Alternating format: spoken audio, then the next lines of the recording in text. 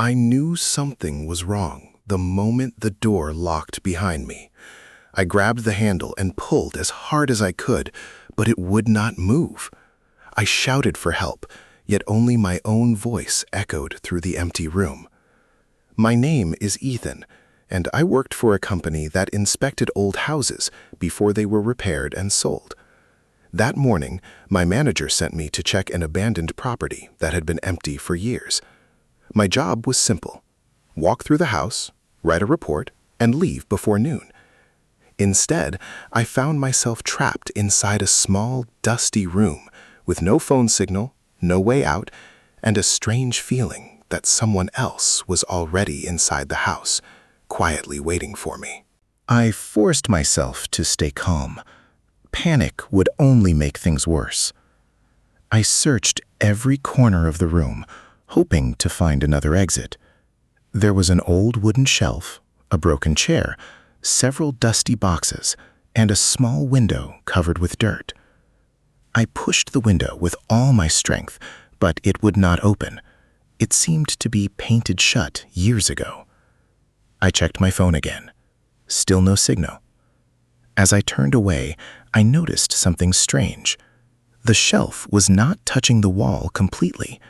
There was a narrow gap behind it. I placed both hands on the shelf and pushed. At first, it did not move.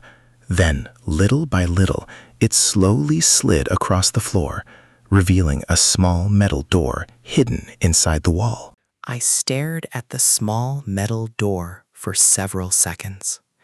It was old, rusty, and covered with thick dust.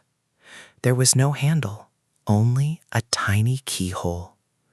I searched the boxes again, hoping to find a key, but they were almost empty. Just as I was about to give up, my foot hit a loose floorboard. I knelt down and lifted it carefully. Underneath was a small brass key wrapped inside an old piece of cloth. It looked as if someone had hidden it many years ago. My heart began to race. I placed the key into the lock. At first, it refused to turn. Then I pushed harder. A soft click echoed through the silent room, and the hidden door slowly opened. Behind the metal door was a narrow passage leading into complete darkness. Cold air drifted toward me, carrying the smell of wet stone. I found a broken flashlight inside one of the dusty boxes. It flickered several times before producing a weak beam of light. It was enough to see a few steps ahead. I entered the passage and quietly pulled the metal door behind me.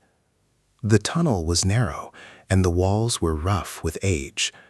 Every sound echoed around me. After walking for nearly a minute, I noticed fresh footprints in the dust. They were not mine. Someone had walked through this tunnel recently, and they were heading in the same direction I was going. I followed the footprints until the tunnel opened into a small underground room. There was an old wooden table, a broken chair, and several black and white photographs hanging on the wall. Every picture showed the same house from different years. Then I noticed one photograph that made my stomach tighten. A man stood in front of the house wearing clothes almost identical to mine. His face looked exactly like mine. I picked up the picture with shaking hands. On the back, someone had written 4 simple words. He finally came back. Before I could understand what they meant, I heard slow footsteps echoing through the tunnel behind me. The footsteps grew louder with every second. I switched off the flashlight and stood completely still. My heart was beating so loudly that I thought anyone nearby could hear it. The footsteps stopped just outside the room. A quiet voice broke the silence. "You don't need to hide." I did not answer. After a few seconds, an old man stepped into the weak light. His beard was white, and his clothes were covered with dust. He slowly raised both hands. "I'm not here to hurt you," he said. "I've been waiting for someone to open that door for a very long time." I wanted to believe him. but something still felt wrong. The old man pointed toward the photograph in my hand. That picture was taken 26 years ago, he said quietly. The man is your father. My hands immediately began to shake. My father had died when I was a child, or at least that was what my family had always told me. I looked at the photograph again, unable to speak. The old man slowly placed a faded notebook on the table. Inside were newspaper articles about missing workers, old maps of the house, and handwritten notes. Every page mentioned the same address, this house. Before I could ask another question, loud voices echoed somewhere above us. The old man's face suddenly became serious. He quickly closed the notebook and whispered, "They're here." We switched off the flashlight and listened carefully. Several people were walking through the house above us. One voice shouted, "Search every room." Another replied, "He couldn't have gone far." I froze. They were looking for me.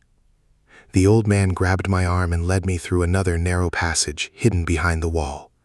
We moved quietly through the darkness until we reached a small room filled with old supplies. There was bottled water, canned food, blankets, and a battery lamp. Someone had been living there for years, completely hidden from the outside world. I looked around the hidden room in disbelief. "Have you been living here all this time?" I asked. The old man nodded slowly. "It was the only safe place left." Before I could ask anything else, my phone suddenly vibrated inside my pocket. I almost dropped it. A single message had arrived from my manager. It read, "Leave the house now. Trust nobody." I stared at the screen. The old man noticed my expression and quietly asked to see the message. After reading it, he closed his eyes for a moment. "Then they already know you found me," he whispered. A loud crash echoed above us, followed by running footsteps. The old man hurried to a loose stone in the wall and pulled out a small metal box. He placed it into my hands without saying a word. Inside were several memory cards, a silver key, and a folded document sealed inside a plastic cover. "Your father risked his life to protect these," he said. "Now they belong to you." Before I could open the document, the hidden door burst open with a deafening crash. Powerful flashlight beams filled the room. The old man pushed me toward a narrow escape tunnel behind the shelves. "Run!" he shouted. As I disappeared into the darkness, I heard people chasing him instead of me. And I knew he had sacrificed himself to save my life. I crawled through the narrow tunnel as fast as I could. The air was cold and the walls scraped against my arms. I refused to stop until I saw a weak light ahead. At the end of the tunnel, I climbed an old ladder and pushed open a heavy metal hatch. I found myself inside an abandoned storage shed behind the house. I took a deep breath and looked at the metal box in my hands. Before I could open it, my phone rang. It was my mother. Her voice was shaking. "Ethan, leave that place now," she begged. "Your father didn't die in a car accident. He disappeared after entering that house, and I never saw him again." My world seemed to fall apart. Everything I had believed about my father was a lie.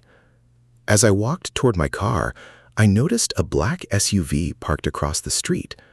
A tall man stepped out and smiled politely. "You have something that belongs to us," he said. Two other men quietly moved behind me, blocking the road. I held the metal box tightly and backed away. "I don't know what you're talking about," I replied. The man kept smiling. "Your father made the same mistake," he said. "Don't make it twice." At that moment, the sound of police sirens echoed through the quiet street.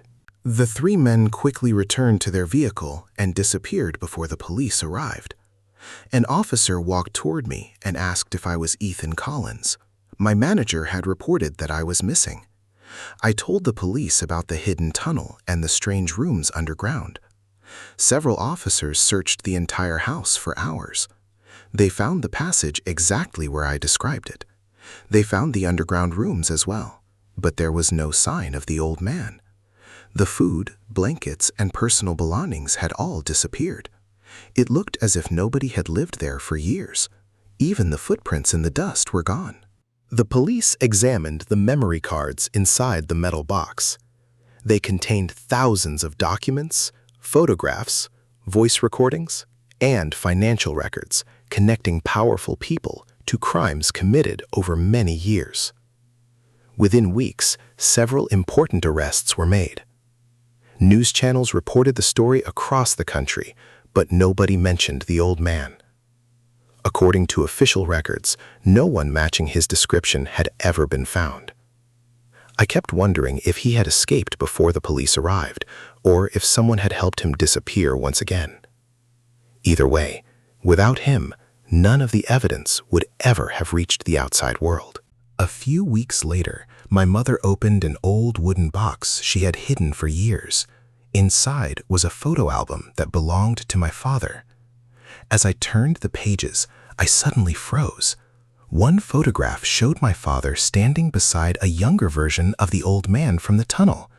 They were smiling at the camera in front of the same house. My mother gently touched the picture. "His name was Samuel," she whispered. "He worked with your father before both of them disappeared." I looked at her in silence. "But I spoke to Samuel only a few weeks ago." She slowly shook her head. Samuel was officially declared missing 26 years ago. Several months later, the abandoned house was finally demolished. Before the machines arrived, I visited it one last time. The place was completely empty, and the silence felt different now. As I turned to leave, I noticed a small object resting on the front steps. It was the silver key from the metal box. Underneath it was a folded note. I opened it carefully. Only one sentence was written in faded ink. "Some doors are locked to protect the truth." I looked around the empty street, but there was nobody there. I slipped the key into my pocket and walked away. Behind me, the old house disappeared forever, but I knew some of its secrets would remain buried long after the walls were gone.